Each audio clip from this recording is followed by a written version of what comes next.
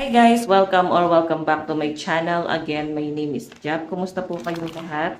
So yan guys, maraming salamat po sa walang sawang pagsubaybay sa ating po daily love reading. And kung ikaw ay bago pa lang sa ating channel, mag-subscribe na po kayo. Then i-click mo na rin yung ating notification bell para lagi kang updated sa ating mga bagong upload. So by the way guys, wala tayong video kahapon kasi nakalimutan ko lang guys gumawa. Nawala sa isip ko. Ayan, pasensya na po. So, tignan natin kanina bang love reading itong sasagap natin. Buksan lang natin ito.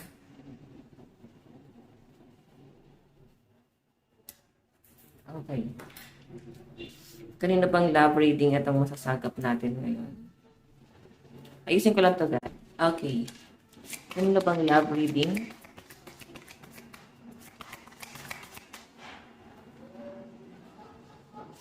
Kanina ba itong love reading?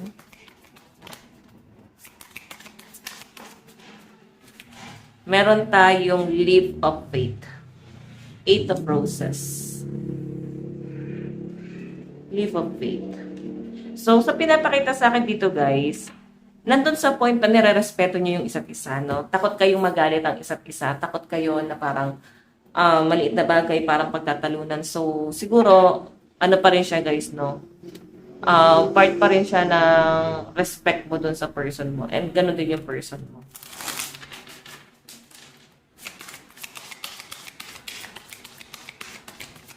And yung iba sa inyo guys, parang talagang, alam mo yun, grabe yung support nyo sa isa't isa. Sinusuportahan mo siya sa mga gusto niya mangyari.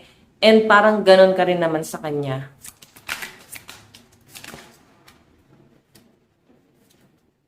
Meron tayong for the right reason. Oh, mukhang ahead sa inyo to guys, no? Grabe yung age gap niya nitong taong to. So, yung iba naman sa inyo guys, parang tinadhana, no?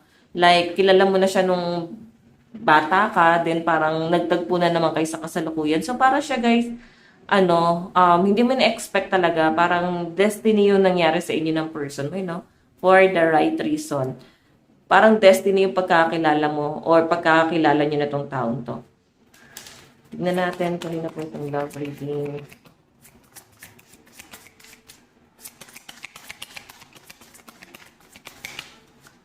Meron tayong camera guy, 8 of rings. Okay, may nag-i-stalk sa'yo, ibang tao itong nakikita ko, na parang stalker mo.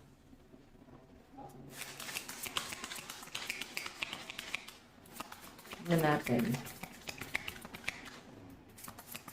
Or pwedeng matagal ka nang pinagmamasdan nitong taong to. Pwedeng ganun yung nangyari eh. Bago ka niya niligawan or bago siya guys nagkagusto sa inyo, parang ino-observe ka lang niya. Gusto lang niya guys laging nakatingin sa inyo. So, di niya maintindihan bakit napapatingin siya sa inyo.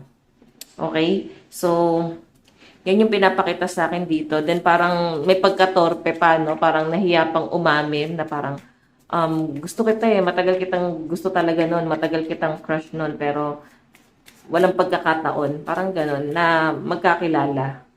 Okay? Tignan natin. Meron tayong drama. Oh. Pwedeng ayaw mo sa taong to nung una kasi masyadong, baka binubully sa school niyo. Bully. Pwedeng siya yung bully or pwedeng siya yung binubully. Or pwede naman guys masyadong parang kung titignan nyo guys mahina, no? So hindi nyo siya guys nagugustuhan talaga that time kasi parang lampa. Kung titignan, no? Nalalampahan ka sa taong to. Tignan natin. Kung hindi naman sa school, pwedeng sa trabaho, di ba? Parang masyado siya guys mahina or baka ganun lang talaga siya. Mabait naman, di ba? Tignan natin.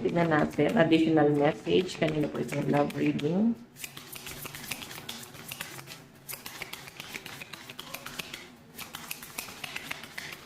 I think broken family itong taong to. Or pwedeng masyadong secret yung, parang secret, parang mas sikreto yung pamilya nila. Hindi mo talaga guys makuha yung ano niya yung information tungkol sa kanya kasi masyadong malihim. Pwede hindi siya guys open. Ganun yung nakikita ko sa kanya. So, ikaw naman, siguro yun yung naging dahilan kung ba't parang na-fall ka na rin. Kasi parang misteryosa yung energy. Okay, tingnan pa natin. Ano na itong love reading? Okay, ayan. Meron tayong in your head. So, lagi kanyang iniisip-isip talaga. Parang kailangan makuha kita. Parang ganun. Kailangan makuha kita or hindi ka na mawala sa isip niya. Parang naging crush ka na itong taong to. Okay, yung iba naman sa inyo guys, pwedeng wala pa kayong relationship ngayon. Oo. Yung iba naman sa inyo guys, parang nagtagpo na ulit kayo ngayon sa kasalukuyan. Or yung iba dito guys, na mga single, ayan, posible na yung para sa inyo is someone na kilala mo na. Okay? Malaki yung age gap nyo. Tingnan pa natin. Ayan, pasensya na guys sa ingay sa paligid ko.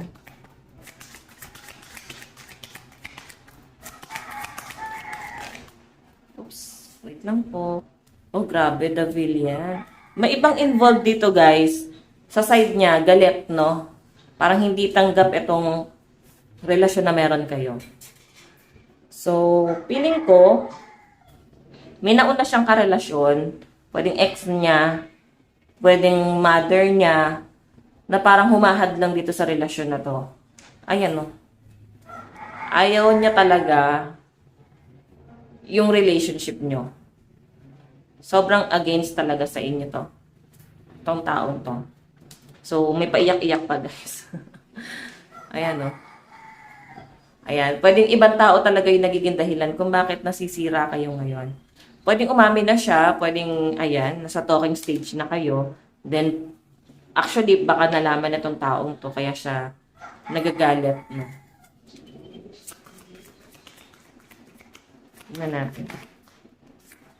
Meron tayong, chismis. May nagpapakalat ng chismis. Sinichismis ka na itong tao to.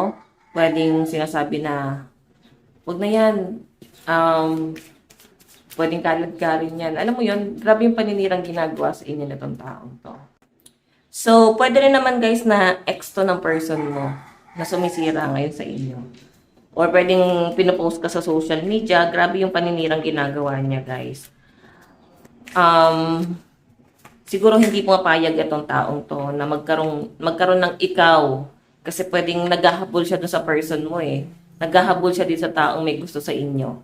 Pero feeling ko kasi itong taong to, yung person mo, gusto ka talaga niya guys. And parang matagal ka na talaga niyang gusto. Siguro din niya nakinaya yung ugali itong taong to. Kasi grabe eh, parang masama yung ugali niya eh. Masyadong mabunganga, no? And parang ginawa naman daw ng person mo yung role niya para dun sa relationship nila. Pero I think di talaga guys nag-work. Grabe magsalita.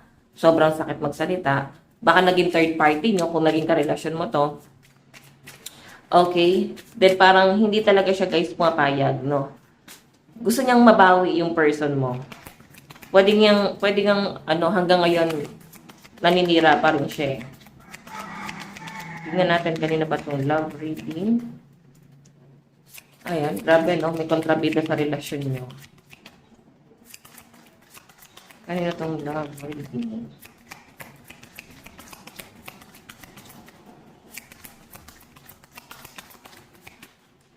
Itong love reading.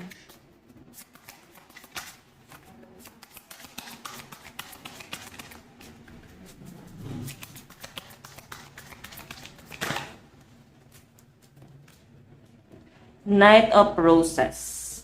The front runner. So, ayan. Hahabulin ka ng person mo. I think meron chance, no? Oo, talagang, grabe yung challenge dito sa relasyon na to. Sobra. Sobrang china-challenge itong relationship na to sa pinapakita sa akin dito. And, ayan na nga. Ace of Rings, first date.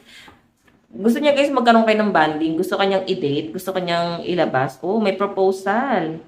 Iba sa inyo guys, pwedeng karelasyon mo tong taong to. Ayan, no? Oo. Pwede naman guys na nagkaroon talaga siya ng third party before. Then naghiwalay kayo, mas pinili niya yung third party. Baka kasi engaged na kayo nun, tapos hindi talaga natuloy yung kasal. Or pwede naman talagang kasal na kayo. Yung iba naman dito guys, mas malinaw na hindi natuloy. Then parang may something, no?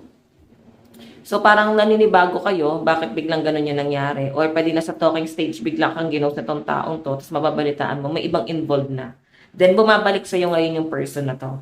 Okay, then itong involved, hindi talaga siya guys pumapayag. Kasi grabe no, yun no. Galit talaga siya. So I think parang pinapost ka pa social media nitong tao na to, no, sa social media niya. Grabe yung paninira. Meron tayong Four of Lutes reflection. So, napapaisip ka sa mga nangyayari ngayon, sa sitwasyon nyo ngayon. Sobrang napapaisip ka. No? And I think pinag-iisipan mo kung dapat ba bang ilaban to or i-let go mo na lang. Kasi parang grabe yung yung conflict na nangyayari. So, parang hindi mo na guys kayang ipaglaban pa. Kasi parang napapagod ka. Ayaw mo na guys parang makipag-agawan ka. Gusto mo lang naman ng payapang relasyon, pero ito yung nangyayari. Ayusin ko lang ito guys. Ayan, so parang di naman naayos. Hayaan na lang natin. Oh, biglang lumabas yung to be continued, oh. Tingnan natin, ha. Kanina po itong love reading. So, pasensya na rin sa mga sumisigaw sa paligid mo. Okay, kanina po itong love reading. Meron tayong blindsided. Okay. So, grabe, no? Grabe yung galit nung nung taong involved dito sa relasyon nyo. So, baka mag-ingat ka, gumamit ka ng mga protection. So, baka naguguluhan ka, bakit biglang may nagbabago sa person mo, baka siya ay kinokors, no? Baka may ginagawa para mabaliw or pwedeng ginagayuma. Kasi tignan niyo naman yung galit. Ito, oh. Nabubulag na to guys sa katotohanan na itong taong involved, no? Grabe yung galit sa inyo. O iba sa inyo guys, magsalita na kayo, baka kayo naman yung third party. Diba? Baka kayo yung third party, kaya grabe yung galit sa inyo ng legal. Okay, and may mga energy talaga dito guys na parang may ibang person talagang involved dito. So, ayan, kayo na bahala saan nyo ilulugar yung sarili nyo. Pero grabe yung galit ng taong to. Actually, sa'yo at dun sa person mo. Titignan pa natin, guys. Okay.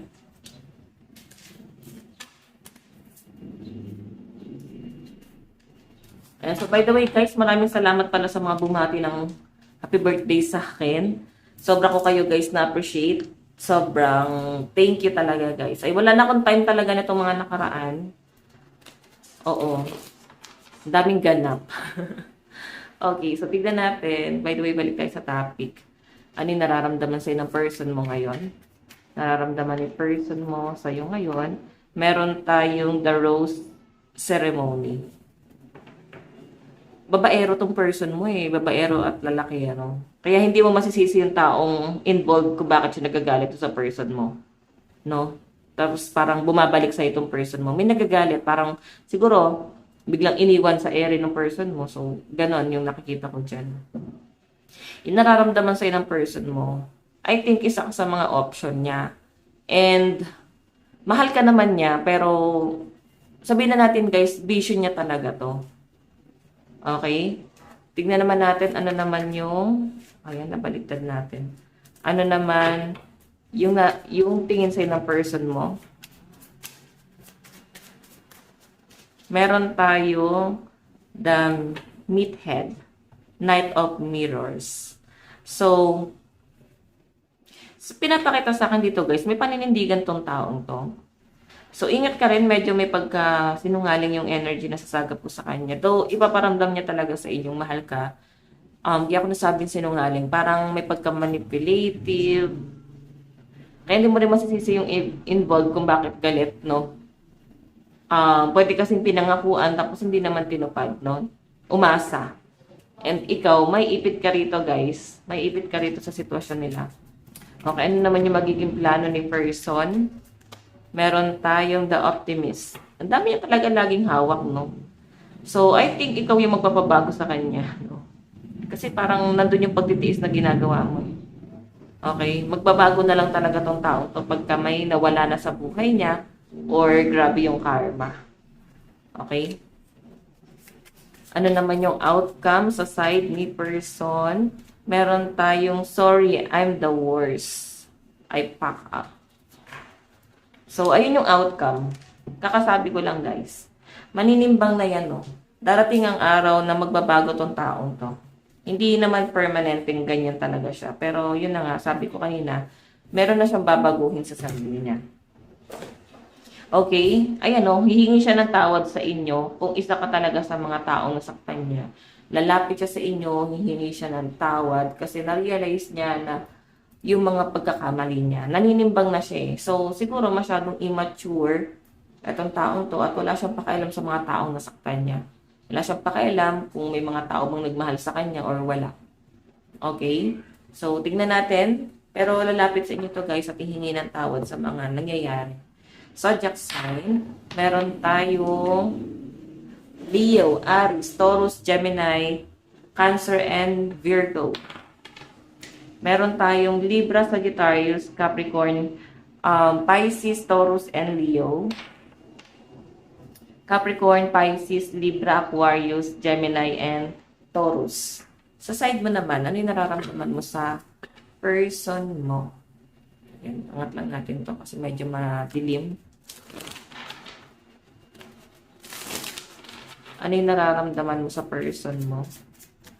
Meron tayong King of Mirrors, the intellectual. Okay, masyado ka na guys, parang optimism, parang ganun, parang masyado ka ng sigurista, no? Meron ka na mga bagay na sinisigurado na hindi na mauulit. So, etong taong to, bago mo siya papasukin sa buhay mo, grabe yung parang nasa interrogation. Ganon. Okay? So, tingnan mo naman, no, the jewelry. So, I think talagang nagkaroon ng proposal. May usapang kasalan dito. Tignan natin. Ano naman yung tingin mo sa person mo? Siguro may naunang asawa yon and kailangan niya makipag-divorce, no? The mansion. Yung tingin mo sa person mo, mapera to. Four of roses. Four of wands. So, meron siyang inaantay, pwedeng pension, property, baka meron siyang inaayos. So, tingin mo sa kanya, someone na parang malabong bawian ng karma kasi maayos ang pera niya. Okay, ano naman yung magiging? Okay. Ano naman yung magiging hakbang mo dito sa relasyon na to? Meron tayong the butterflies. Actually, kinikilig ka pa rin. Mahal mo pa rin, hindi mo maitanggi. Kahit sabihin na natin na sinasabi mo sa ibang tao na wala na. Pero every time na iniisip mo, parang may something na naapektuhan pa rin ako. Parang ganon. Okay? Ayan. Six of Lutes. Tingnan natin, ano naman yung magiging outcome sa side mo. Meron tayong the proposal. So, ayan na nga. Magpo-propose talaga sa itong taong to. Ayan, no? Sorry, I'm the worst. Siya yung kusang lalapit sa inyo, hihingi ng tawad. Then, may nakikita ko, guys, engagement. Or, gusto kanya, guys, pakasalan. So, yung outcome, guys, sa'yo pa rin yung huling halakhak, no? Ikaw pa rin yung magtatagumpay dito. Lalo na kung ikaw yung legal, ayan. Kung ikaw yung legal, baka yung kabit yung nagagalit dito, no? Hindi po papayag na magbalikan kayo or maayos niyo pa to. Ayan, babalik yung person mo sa'yo, buong buo. Kulang-kulang lang. Okay, so tingnan natin, zodiac sign sa side mo. Meron tayong Scorpio, Virgo, Sagittarius, Leo, Aries, and Cancer. Meron tayong Libra, Scorpio, Sagittarius, Capricorn, Leo, and Scorpio, Virgo. Aries, Cancer, Gemini, Aquarius, Scorpio, and Virgo. Yan. Ang lakas ng Scorpio at Virgo dito. Katayo guys ng tatlong card, tignan natin saan napatungo tong relationship na to. Okay? Focus ko lang tong camera natin. Saan napatungo tong relationship na to? Katayo ng tatlong card. In the near future, meron tayong the tattletale. Meron talaga guys, sumisira talaga sa relasyon na to. The daydreamer. So, I think, masisettle nyo to, no? Ma-overcome nyo yung problema. Kasi parang una pa lang unang araw pa lang ng relasyon or pagtatagpo nyo, ang dami na guys agad challenge. So, ano yung ibig sabihin? 'Di ba? So, I think karmic mo tong taong to. Meron kayong unfinished business na kailangan nyo guys isettle na tong taong to. Kasi yung relasyon nyo guys, ano siya karmic mo siya. Okay? Kaya may mga taong sumisira, may mga taong against dito sa relasyon na to. Parang ayaw nila guys na magkaroon guys ng parang magkatuluyan or pagkakaisa. Ganyan. So, tingnan natin. Love advice. Meron tayong finances and career. What else? Meron tayong stay optimistic about your love life. And meron tayong be yourself. Okay. Wait lang guys. Tignan natin.